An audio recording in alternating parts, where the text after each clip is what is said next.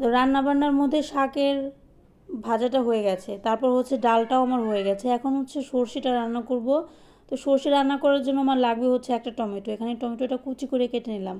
তারপর এখানে কড়াইতে তেল দিব, আর সাথে সামান্য পরিমাণ পেঁয়াজ রসুন আদা বাটাও লাগবে। এখানে একটু কালো জিরা ফোড়ন দিলাম। এরপর হচ্ছে সামান্য পরিমাণ পেঁয়াজ কুচি দেবো, একদম সামান্য পরিমাণ। হালকা একটু পেঁয়াজ কুচিটা লাল করে ভেজে নিয়ে এর মধ্যে টমেটোটা দিয়ে দিলাম। এখন টমেটোটা দিয়ে একটু লবণ দিয়ে টমেটোটাকে একদম গলিয়ে নিতে হবে।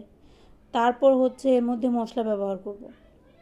তো অনেকেই টমেটো আস্ত আস্ত রাখে, এটা হচ্ছে যার যার রুচির ব্যাপার, আপনি যেভাবে খেতে চান সেভাবেই রাখতে পারবেন। এখন হচ্ছে এর মধ্যে দিলাম মশলা, একটু পেঁয়াজ রসুন আদা পেস্ট, সাথে হচ্ছে সরিষা বাটা। সরিষা বাটা হচ্ছে যেভাবে আপনারা সরিষা রান্না করেন যে কোনো ধরনের মাছ দিয়ে, সেইভাবেই সরিষাটা বাটবেন, একটু জিরে, তারপর লবণ আর কাঁচামরিচ দিয়ে। এখন মশলা দেওয়ার পর এটাকে সুন্দর করে কষিয়ে নেব একটু সময় নিয়ে। কালো জিরা ফোড়ন দিলে তরকারির ফ্লেভারটা একটু অন্যরকম হয়। আমার কাছে মনে হয় এভাবে মশলা দিয়ে সরিষা রান্না করলে কালো জিরা ফোড়নটাই ভালো লাগে।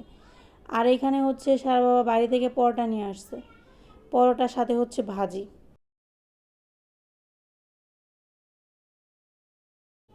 জল দিয়ে দিয়েছিলাম, জলটা বলক আসার পর ভেজে রাখা মাছটা দিয়ে দিয়েছি। এখন সব শেষে দিব হচ্ছে একটু রসুন বাটা। এই রান্নাটা খুবই সহজ এবং খুবই তাড়াতাড়ি হয়ে যায়, কিন্তু খেতে আমার কাছে ভালোই লাগে। এখন বাকিটা যারা খায় তারাই বলতে পারবে, আপনারা খেয়ে দেখবেন তাহলে বুঝতে পারবেন। তো রান্নাবান্না শেষ করে অনেকটা সময় ওয়েট করার পর দেখলাম যে ওনারা চলে আসছে। তো আমার মা বাবা কখনোই সকাল সকাল আসতে পারে না, এইবার কিভাবে জানি একটু সকাল সকাল আসছে। তো দেখেন এই যে ব্যাগ ভর্তি ভালোবাসা নিয়ে আসছে সাথে করে। তো এখানে দেখতে হবে কি কি ভালোবাসা নিয়ে আসছে। তো তার আগে আপনাদের সাথে দেখাই কে কে আসছে। 3টা ব্যাগ নিয়ে আসছে মোট, ভেতরে কী আছে আমি নিজেও জানি না। তো সারামণি তো সকাল থেকে অনেক বেশি এক্সাইটেড ছিল কখন আসবে আসবে। আর মাথায় তো ক্যাপ পরে আছে, যদি ওর চুল ছাড়া মাথা কেউ দেখে ফেলে। যদিও বা কিছুক্ষণ পর আর মাথায় ক্যাপ ছিল না।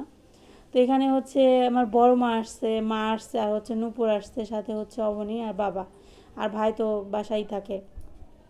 তো আমাদের গ্রামে আসে এই কজন মানুষ, তারাই আসছে আর কি। তো এখানে হচ্ছে ঈশানবাবু অনেক খুশি, কারণ এমনিতে তো ওরা একা একা থাকে, যখন কেউ বাসায় আসে খুবই খুশি হয়।